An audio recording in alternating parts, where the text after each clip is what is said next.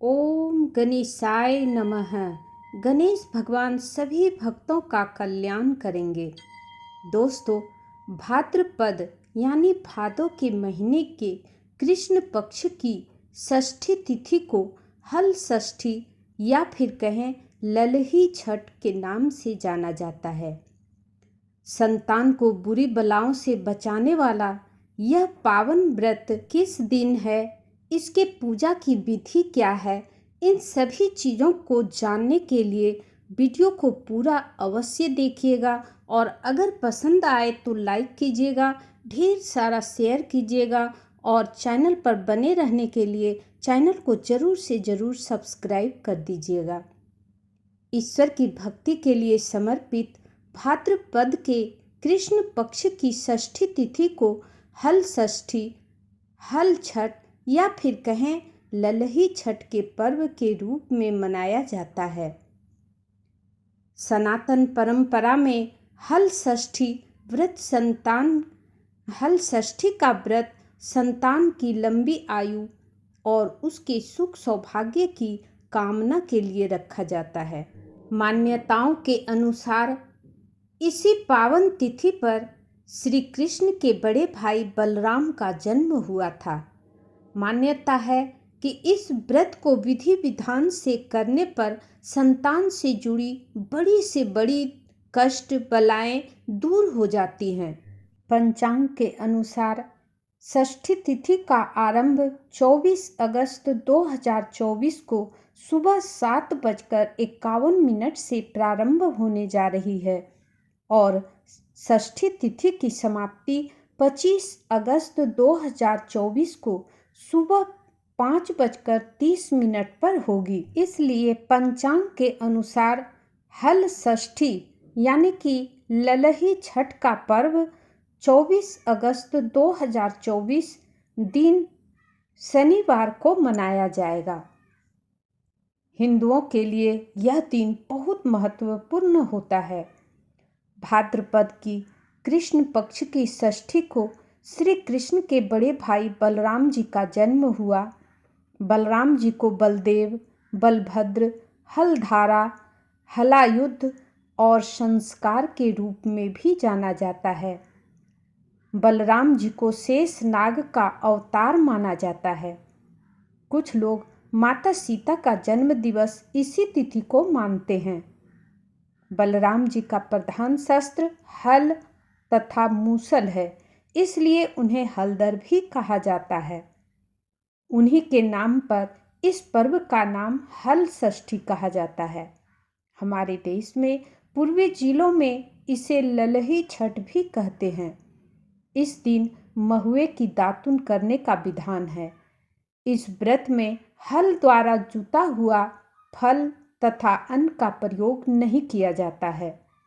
इस दिन गाय का दूध, दही इत्यादि का प्रयोग भी वर्जित होता है।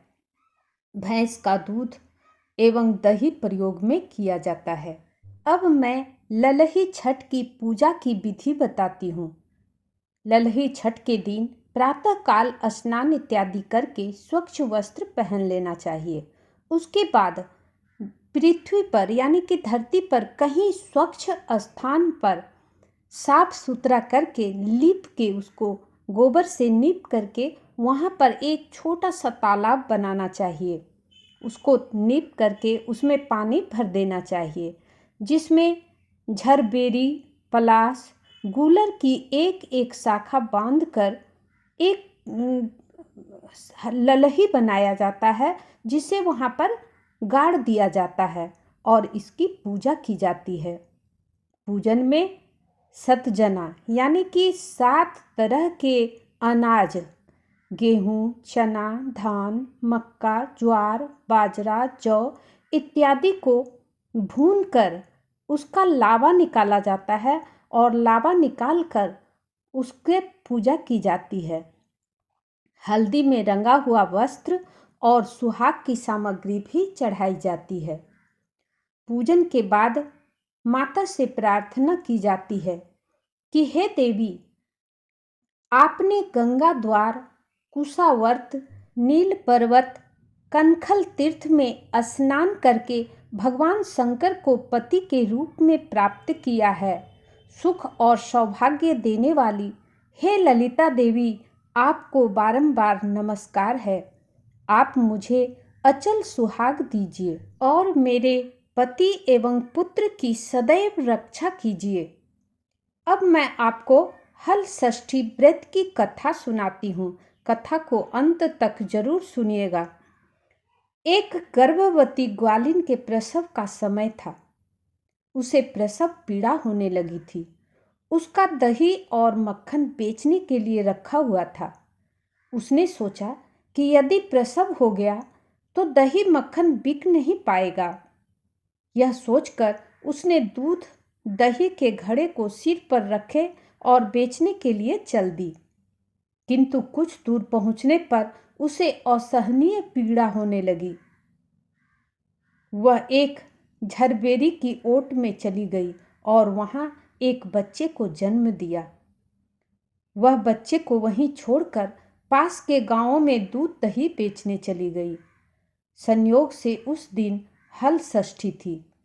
गाय भैंस के मिश्रित दूध को केवल भैंस का दूध बताकर उसने सीधे साधे गांव वाले में बेच दिया।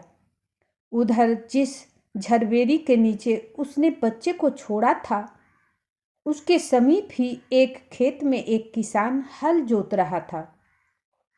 अचानक उसके बैल भड़क उठे और हल का फल शरीर में घुसने से वह बालक मर गया। इस घटना से किसान बहुत दुखी हुआ। फिर उसने हिम्मत और धैर्य से काम किया। उसने झरबेरी के कांटों से बच्चे के चिरे हुए पेट में टाँके लगाए और उसे वहीं छोड़कर चला गया। कुछ देर बाद ग्वालिन दूध बेचकर वहां पहुंची। बच्चे की ऐसी दशा देखकर उसे समझते देर नहीं लगी कि यह सब उसके पाप की सजा है। वह सोचने लगी कि यदि मैंने झूठ बोलकर गाय का दूध न बेचा होता और गांव की स्त्रियों का धर्म भ्रष्ट न किया होता तो मेरे बच्चे की यह दशा न होती। अतः मुझे लौटकर सब बातें गांव वालों को बताकर प्रायश्चित करना चाहिए। ऐसा निश्चय करके वह उस गांव में पहुंची जहां उसने दूध दही बेचा था। वह गली गली घूमकर अपने दूध दही के बारे में बताया और उसके फलस्वरूप मिले दंड के बारे में भी वह सभी स्त्रियों को बताया कि उसको जो हमने दूध दही गलत बोल करके बेचा था, जिसका फल मुझे ये मिला है। सभी कहानी सभी स्त्रियों को बताया। तब स्त्रियों ने स्वधर्म रक्षार्थ और उस पर रहम खाकर उसे क्षमा कर दिया और आशीर्वाद दिया। बहुत सी स्त्रियों द्वारा आशीर्वाद लेकर जब वह पुनः झरबेरी के नीचे पहुंची तो यह देखकर आश्चर्यचकित रह गई कि वहां उसका पुत्र जीवित अवस्था में पड़ा हुआ है। तभी उसने स्वार्थ के